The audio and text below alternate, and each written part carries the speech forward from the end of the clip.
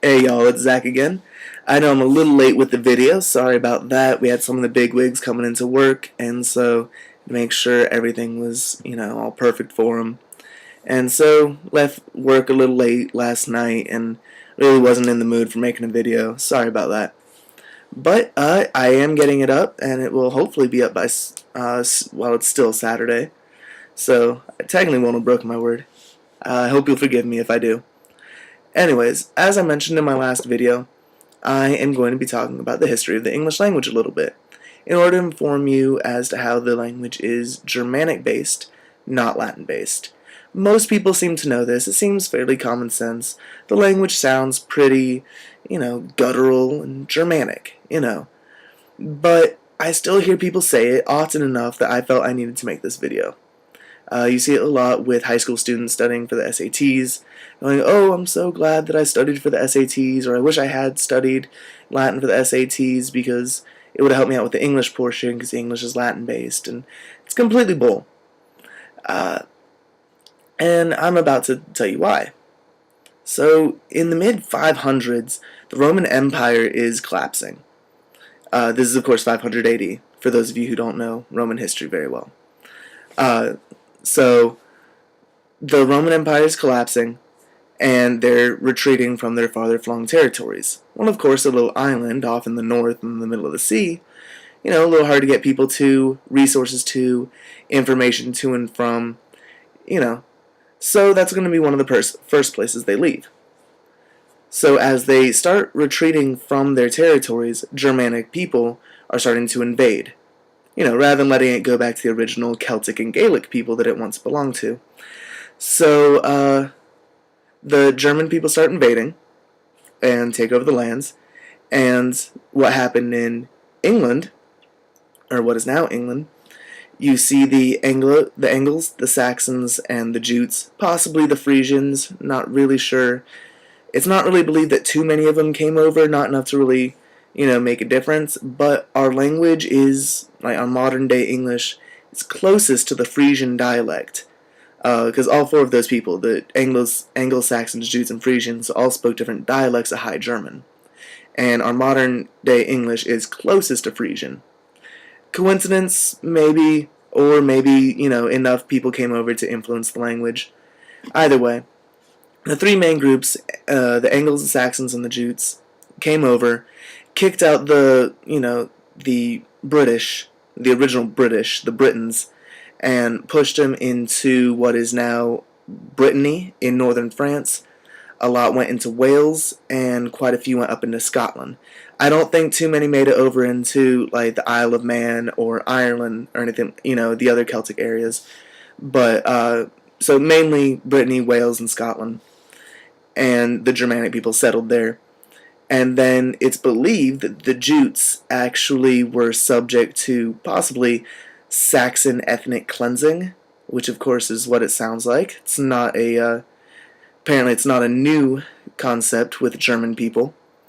So, or it's possible that, the people just kind of dispersed into the other local groups and kind of lost their own national identity, which is also possible. But I wouldn't put it past Germanic people for that first one to be And I mean, I'm part German, so I'm not being down on Germans, but it is kind of a German thing to be, try and be pure and clean. And thinking that anyone else that's different is not pure or clean. So, anyway, sorry about that rant. So the two main groups left were the Saxons and the Angles, who both spoke different forms of High German, different dialects, and as their kingdoms grew and multiplied, their languages started to culminate together into what we now call Old English. But of course, it's really not a new language. It's still just a dialect of High German, still German. What German is derived from, same thing. Well, around the 800s, you start seeing a lot of Norse activity in the form of Vikings, the Norse raiders. And they would come over into England, raid, but some would settle. That's the part that they don't show you in history channels, hit show Vikings, which I love. But it's a little historically inaccurate. Anyways, A lot of them started settling in the later period of the raiding years, and as they did so, their language also started culminating, the Norse language. At this time, they're speaking what is called Old Norse, which, if you look it up, is derived from Proto-German. High German, Old Norse are both from the same root, Proto-German. Their languages are actually very similar at this time, and are so similar that the two could speak to each other and be able to understand a fair amount of what each other is saying. In fact, what I've heard it compared to is if you take someone who speaks Northern Hindi and Southern Hindi, and apparently the different dialects of Hindi are very dispersed, but, they can understand most of what the other is saying. From what I'm told, that's about the same distinction that's between Old Norse and High German. Maybe a little more dispersed, but about that. So, as the languages start culminating, where there are discrepancies in, say, verb forms or grammar, a lot of the times the discrepancy would just be dropped, or it would be simplified in order to accommodate both. And so the language starts simplifying at this point. Not enough to really make a difference, but it is the start of a trend, which you will see. Now, in 1066, William the Conqueror from France comes up, from Normandy in France, comes up and invades England and makes his Norman French people the rulers and the nobility of England. And so now the royal language and the noble language of England is essentially French. The thing is that William the Conqueror isn't a Frank. He's not a Germanic person that then invaded Gaul. He is a Norman, which is a Norseman. He's a Norseman who came in, invaded what was then the Germanic land. Originally it was Gaulish lands, Celtic.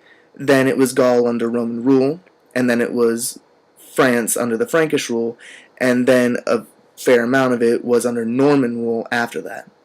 So, he is a Norseman who speaks a variation of French, which is itself a German bastardization of vulgar basic Latin. Because, of course, when you hear Germanic barbarians are coming to invade your lands, it's not instant teleportation, it's not, even fast transportation, it's not anything like that. You're going to hear in advance that Germanic people are coming to invade. So the rich, the wealthy, so obviously the intellectual at this point in time, because those are, interlocked. If you're one, you are the other. If you're not rich, you can't afford to be intellectual. So the rich, intellectual people that speak the pure Latin are gone.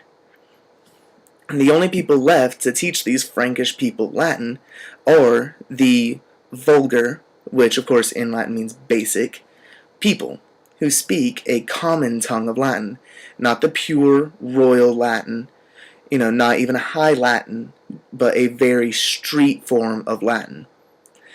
And then that is bastardized by the Germanic Frankish language, and that is what makes French. So even French itself is not a purely Latin language.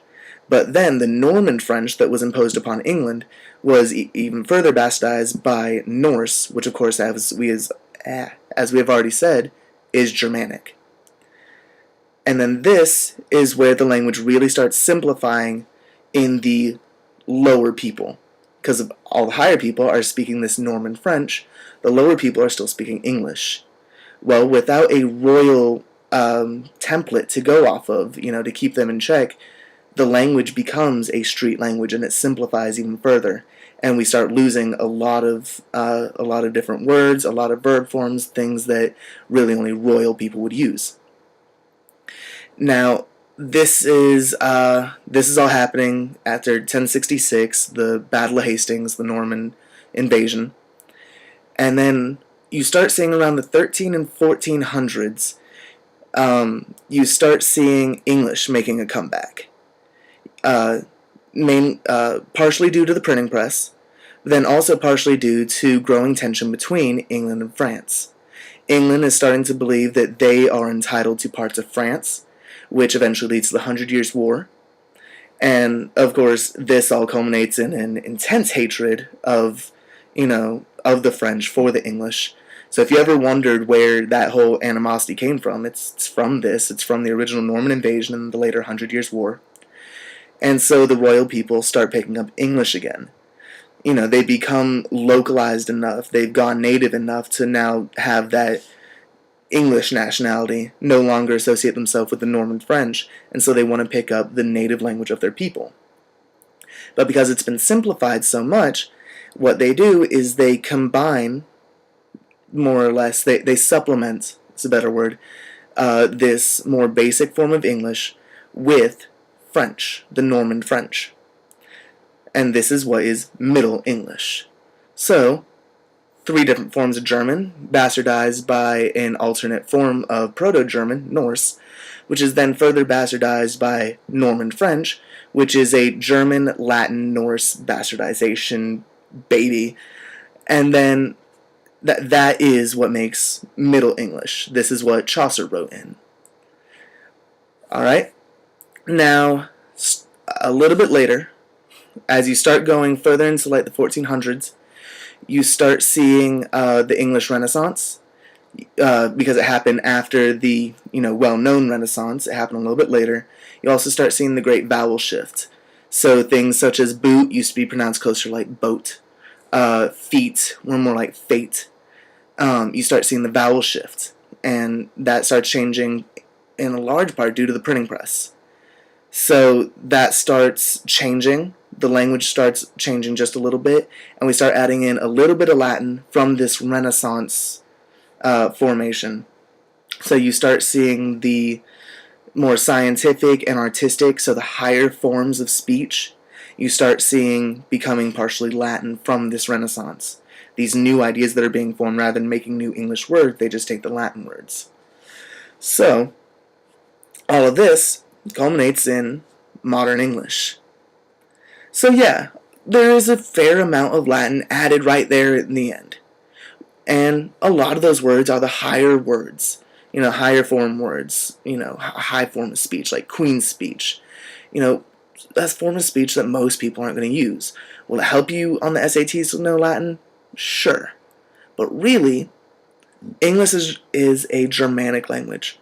Tiny bit of Latin right there at the end. And then right in the middle, there's that Latin bastardization with German and Norse, which culminated in the Norman French. So, when you look at it, it's a Germanic-based language. There's no doubt about it. You can do your own research. I put my credentials on how I'm able to talk about this in my profile, but if you don't care about reading it, I have studied English for 4 years, and I've done a lot of my own research on my own. I've actually done several papers and a couple of presentations on this in class. So I do know what I'm talking about. So if you're worried about that at all, really the main thing that Latin gave us is our grammar. The words, the stuff that makes up the language is German. Our grammar is Latin, which is where we get stupid little rules like being unable to split an infinitive. As an English major, I believe it should be okay to split an infinitive. I know, blasphemy for an English major. But it doesn't make sense to not be able to. We are able to. I want to quickly run to the store. But if you see that on a paper, that's probably going to get a big red mark. And depending on how strict your teacher is, that may be a very big red mark. The reason why we can't do it is because it's physically impossible to in Latin and Latin-based languages. For anyone that speaks, say, French, you can't say, je veux ir rapide marche. I want to quickly walk. No, it's je veux marcher rapide. I want to walk quickly. It's physically impossible. You can't take off that ER ending, the to of the verb, and move it. It's a part of the word. And that's where we get that stupid rule from. So, anyways, I'm not down on grammar. I'm actually very big on grammar. There are just certain things I don't understand because German and Latin don't mix very well. So that's my little rant on that. I hope you enjoyed. If you were bored to death, then I'm sorry. You probably won't like too many of my other videos. But it looks like I'm about out of time. I'm going to try and get my videos up a little bit earlier next time. I might actually even start making them Wednesday or Thursday. Anyways, bye.